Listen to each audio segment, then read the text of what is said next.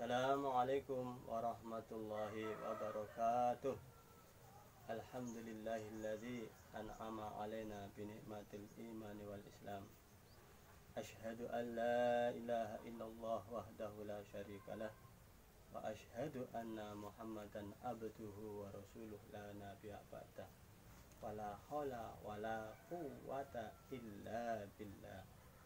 Wa qala ta'ala fi kitabihil karim. Bismillahirrahmanirrahim. Wa qala ta'ala fi kitabihil karim. Bismillahirrahmanirrahim. Innallaha wa malaikatahu yusalluna 'alan nabi. Ya ayyuhalladzina amanu sallu 'alaihi wa sallimu taslima. Allahumma shalli ala sayyidina Muhammad wa ala alihi wa sahbihi ajmain, amma ba'du. Hai, apa kabar kamu semua? Baik bukan? Anak-anak, perkenalkan, nama saya Mastur, guru mata pelajaran pendidikan agama Islam dan budi pekerti di Sekolah Dasar Negeri Lebaksu Kidul 04, Desa Lebaksu Kidul, Kecamatan Lebaksu, Kabupaten Tegal, yang tergabung dalam KKG PAI Kabupaten Tegal. Pada kali ini, Pak Guru akan menyampaikan pelajaran untuk kelas 2 semester 1 pada materi pokok Nabi Muhammad Teladanku. Anak-anak, sebelum belajar, marilah kita berdoa terlebih dahulu. A'udzu billahi minasyaitonir rajim. Bismillahirrahmanirrahim. Raditu billahi rabba wa bil islami dina wa bi Muhammadin nabiyya wa rasula. Rabbi zidni ilma warzuqni fahma. La haula wala quwata illa billahil aliyyil azim. Rabbi shrah li sadri wa yassir li amri wahlul 'uqdatam min lisani yafqahu qawli. Amin ya rabbal alamin. Anak-anak, tadi sudah berdoa. Mudah-mudahan dengan doa tadi semoga Allah memberikan kemudahan dan kepahaman kepada kita dalam menerima pelajaran nanti. Amin ya rabbal alamin. Ala hadiniyah wa likulli niyatin sholiatin ila hadratin Nabi Mustafa Muhammadin sallallahu alaihi wasallam wa ala alihi washabihi ajmain. Wa khususan ila abina wa ummina wa masyayikhina wa ustadina lahumul Fatihah. A'udzu billahi minasyaitonir rajim. Bismillahirrahmanirrahim. Alhamdulillahi rabbil alamin. Ar-Rahmanir Rahim. Maliki yaumiddin. Iyyaka na'budu wa iyyaka nasta'in. Ihdinas siratal mustaqim. Siratal ladzina an'amta 'alaihim ghairil maghdubi 'alaihim waladdallin. Amin. Terima kasih anak-anak. Tadi setelah berdoa, kita sambung dengan membaca satu surat dalam Al-Quran. Surat apa ya anak-anak? Surat yang tadi kita baca bersama. Surat apa? Iya, surat Al-Fatihah. Siapa yang kita beri hadiah Al-Fatihah tadi? Ada yang tahu? Oh ya, sebutkan. Ya, betul. Pertama adalah kita hadiahkan kepada Nabi kita Muhammad Sallallahu Alaihi Wasallam beserta keluarganya dan para sahabatnya. Dan ada lagi, siapa yang kita khususkan hadiah Fatihah? Iya, kedua orang tua kita dan para guru-guru kita yang telah mengajari kita. Mengapa mereka kita hadiah Fatihah? karena orang-orang tersebut telah berjasa terhadap kita, khususnya dalam dunia pendidikan. Kita jadi pintar karena dibina dan dibimbing oleh Pak Guru dan Bu Guru. Tetapi Pak Guru bisa membina dan membimbing kita karena orang tua kita lah yang telah memasrahkan kepada gurunya. Dan guru itu bisa membina dan membimbing karena ada petunjuk dari baginda Nabi kita Muhammad Shallallahu Alaihi Wasallam.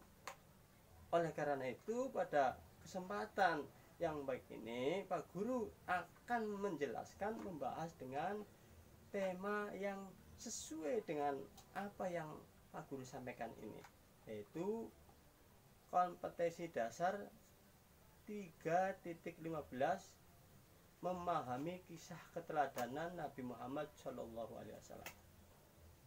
Anak-anak, mengapa kita harus meneladani Nabi kita Muhammad Shallallahu Alaihi Wasallam? Siapa yang tahu? Oh ya, kalau belum ada yang tahu, Pak Guru akan menjelaskannya. Ada dua alasan kita meneladani Nabi Muhammad Shallallahu Alaihi Wasallam. Dasar yang pertama adalah dalil nakli berupa Al-Quran surat Al-Ahzab ayat 21 yang bunyinya Bismillahirrahmanirrahim. Laqad kana lakum fi rasulillahi uswatun hasanah, yang artinya telah ada pada diri Rasulullah suri teladan yang baik bagi kita semua. Ini alasan kita belajar, memahami, mencontoh apa yang telah dilakukan oleh beliau Nabi kita Muhammad Sallallahu Alaihi Wasallam. Dan alasan yang kedua adalah alasan yang secara akal atau dalil akli, yaitu sudah terbukti dalam catatan sejarah bahwa Nabiullah Muhammad Sallallahu Alaihi Wasallam adalah manusia pilihan, manusia yang terbaik. Tentunya kita akan harus mencontoh kepada perilaku yang baik. Karena ada pepatah yang mengatakan bahwasanya siapa saja yang ingin berhasil, ingin sukses, maka harus berani, tidak malu-malu mencontoh kepada orang-orang yang telah sukses. Di antaranya adalah kita mencontoh kepada Nabi Muhammad Shallallahu Alaihi Wasallam. Betul? Iya. Hanya tidak usah ragu, kita mengikuti anjuran, kita mengikuti apa yang telah dilaksanakan oleh baginda Nabi kita Muhammad Shallallahu Alaihi Wasallam. Terutama dalam penjelasan sejarah yang menyatakan bahwa Nabi Muhammad Shallallahu Alaihi Wasallam itu adalah terkenal kejujurannya. Kejujuran Nabi kita Muhammad Shallallahu Alaihi Wasallam itu dapat kita lihat, dapat kita baca dalam catatan sejarah, dimulai dari baginda Rasul masih kanak-kanak. Semua umat manusia, khususnya orang-orang penduduk Mekah, meyakini bahwa Nabi Muhammad adalah termasuk manusia yang jujur, anak yang jujur. Kemudian dibuktikan lagi kejadian sampai Siti Khadijah, saudagar kaya, janda kaya yang cantik jelita, terpikat terhadap beliau Nabi Muhammad Shallallahu Alaihi Wasallam. Itu itu juga disebabkan karena kejujuran beliau. Ketika Rasulullah mengikuti dagang pada Sayyidatina Khadijah, Rasulullah selalu diawasi, selalu diamati gerak-geriknya dalam kehidupan sehari-hari oleh Khadijah.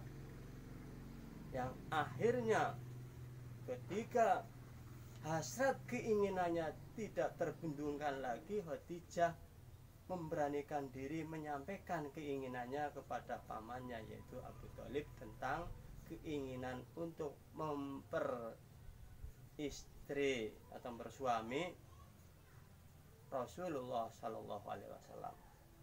Yang ketiganya adalah baginda Rasulullah setelah berumah tangga dengan Siti Khadijah sekitar usia 35 tahun, terjadilah di daerah Mekah banjir bandang yang meluluh lantakan menghancurkan semua bangunan, tak terkecuali adalah bangunan Ka'bah. Karena bangunan Ka'bah adalah bangunan yang istimewa, bangunan yang menjadi idola para penduduk di sekitarnya, bahkan penduduk di seluruh dunia sangat mengagungkan bangunan tersebut. Bangunan segera dibangun kembali, direnovasi kembali. Setelah bangunan renovasinya selesai, akhirnya para manusia bingung, masyarakat yang ada di sekitar itu bingung untuk meletakkan Hajar Aswad. Hampir terjadi pertumpahan darah, hampir terjadi perang saudara disebabkan karena berebut ingin meletakkan Hajar Aswad ke tempat semulanya, yaitu di dinding Ka'bah. Namun usulan baginda Rasul yang sangat jernih memberikan usulan berupa dilaksanakanlah sayembara, yang mana orang-orang yang dapat meletakkan Hajar Aswad adalah orang yang pertama kali masuk Ka'bah. Singkat ceritanya, akhirnya sayembara tersebut dimenangkan oleh baginda Rasul. Namun Rasul bijaksana, tidak serta-merta, tidak dumeh langsung karena dia yang langsung mengangkat Hajar Aswadnya sendiri. Baginda Rasul mengambil sorbannya dan mengelarnya, lalu ambil Hajar Aswad tersebut. Lalu baginda Rasul memanggil seluruh perwakilan suku atau kepala suku untuk memegang sorbannya Rasulullah dan mengangkat bersama-sama, sehingga pada saat itu orang-orang Mekah memberikan gelar Rasulullah sebagai Al-Amin, orang yang dapat dipercaya. Dan peristiwa yang paling besar lagi adalah peristiwa Isra Mi'raj, yang mana seluruh umat manusia, khususnya umat Islam, diuji, dicoba bahwasanya kejadian Isra Mi'raj itu tidak sesuai dengan akal, tidak bisa diukur dengan akal. Inilah menjadi ujian Rasul untuk menyampaikan apa yang telah disampaikannya, menyampaikan apa yang telah didapat. Namun masyarakat warga tersebut, Abu Lahab, Abu Jahal dan semuanya menentangnya, bahkan mengolok-olokannya sampai datang kepada Abu Bakar. Abu Lahab menyampaikan kepada Abu Bakar, "Ya Abu Bakrin, hai Abu Bakar, temanmu gimana itu sudah gila. Katanya Muhammad teman kamu semalam naik ke langit 7 mendapat wahyu."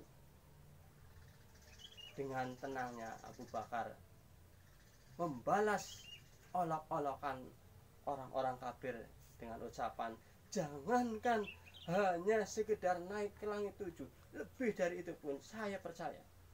Ini Abu Bakar menyatakan kepercayaan kepada Rasulullah. Disebabkan apa? Disebabkan karena sejak kecil Abu Bakar itu berteman dengan Rasulullah, sehingga tahu benar Muhammad itu tidak pernah melakukan kebohongan. Inilah manfaat diantaranya kejujuran, sehingga ketika dia mengalami permasalahan yang sangat sulit, akhirnya dengan kejujurannya tersebut, maka baginda Rasul bisa menyelesaikan permasalahan kesulitan tentang menghadapi masyarakat. Karena apa? Dengan jawabannya Abu Bakar, karena Abu Bakar mengetahui sejarahnya sejak kecil Nabi Muhammad tidak pernah bohong.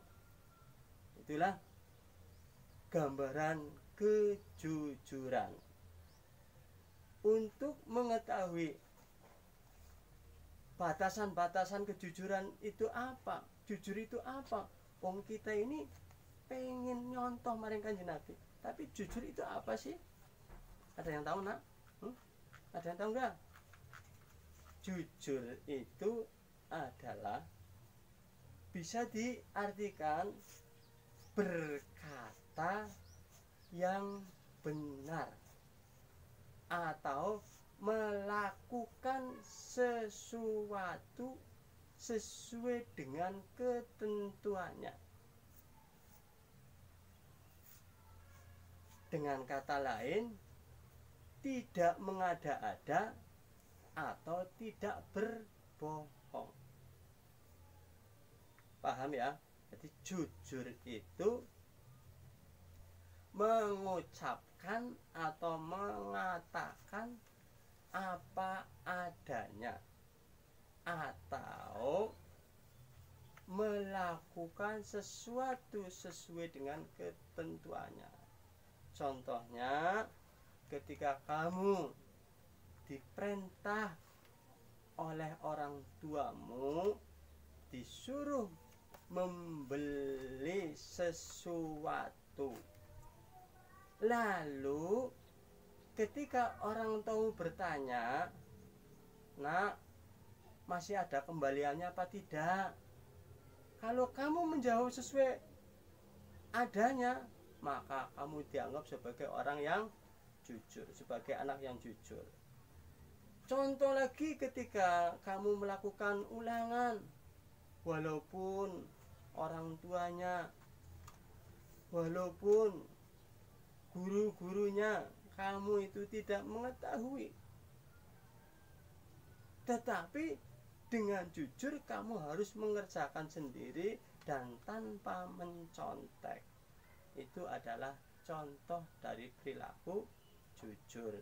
Bisa kamu cari sendiri perilaku-perilaku jujur, khususnya yang telah kamu lakukan pada kehidupan sehari-hari. Melihat dari kenyataan, berdasarkan cerita baginda Nabi kita Muhammad SAW, beliau berhasil sukses menjadi orang hebat, orang yang nomor 1 di seluruh dunia.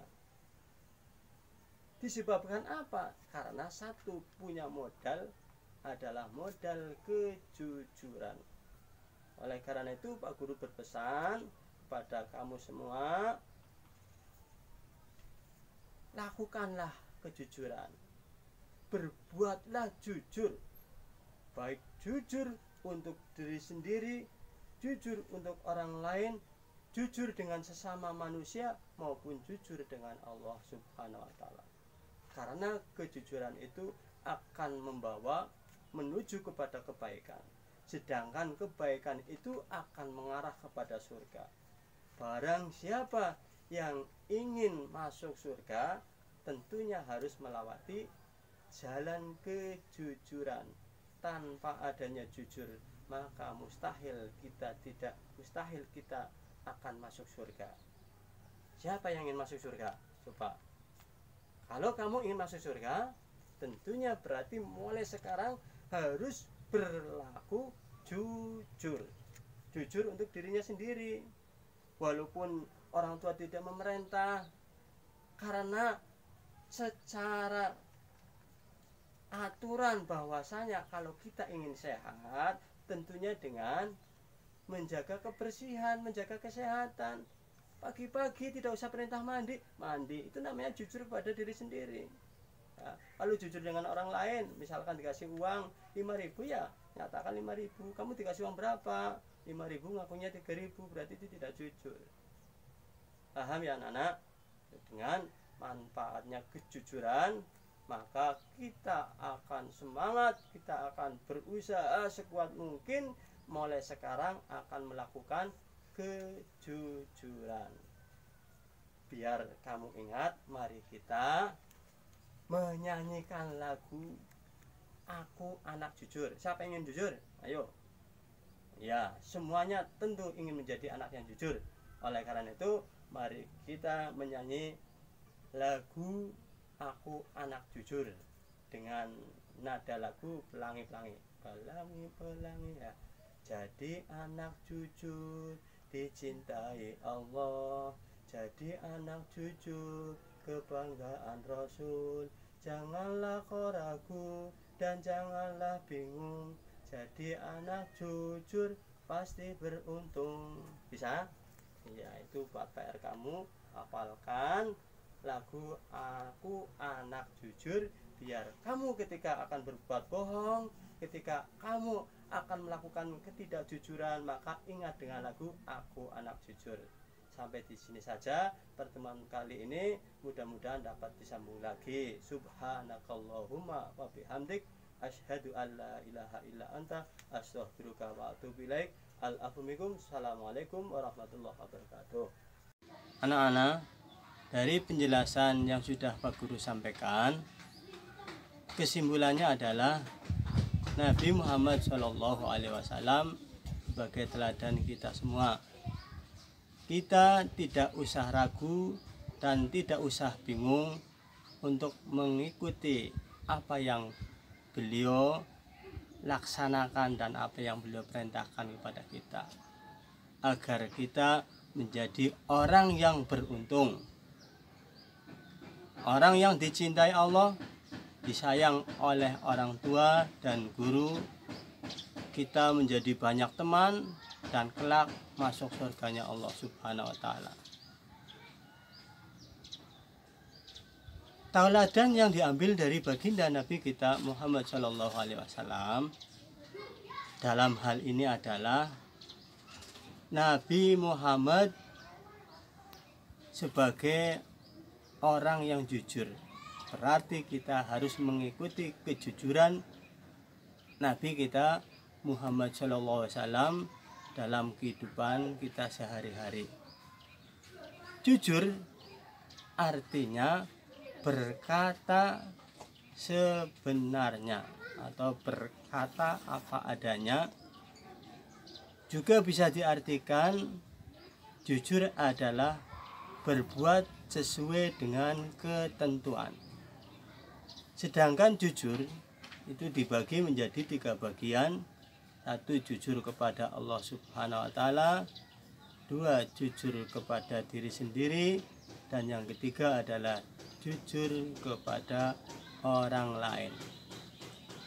Semua kejujuran apabila kita lakukan, maka kita akan mendapat keuntungan dari kejujuran tersebut.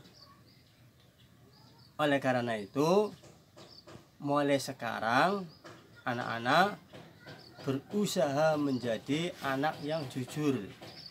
Jujur untuk dirinya sendiri, jujur untuk orang lain, dan jujur kepada Allah Subhanahu wa Ta'ala, sehingga kelak menjadi orang yang sukses sebagaimana diceritakan dalam sejarah kesuksesan Nabi kita Muhammad SAW. Di antaranya disebabkan karena kejujurannya. Mudah-mudahan kita dapat mengikutinya, dimudahkan oleh Allah agar kita menjadi anak yang jujur. Amin ya rabbal alamin. Mari kita tutup pertemuan ini dengan bacaan doa kifaratul majlis. Bismillahirrahmanirrahim. Subhanakallahumma wa bihamdik, asyhadu an la ilaha illa anta, astaghfiruka wa atubu ilaik. Assalamualaikum warahmatullahi wabarakatuh. Ya.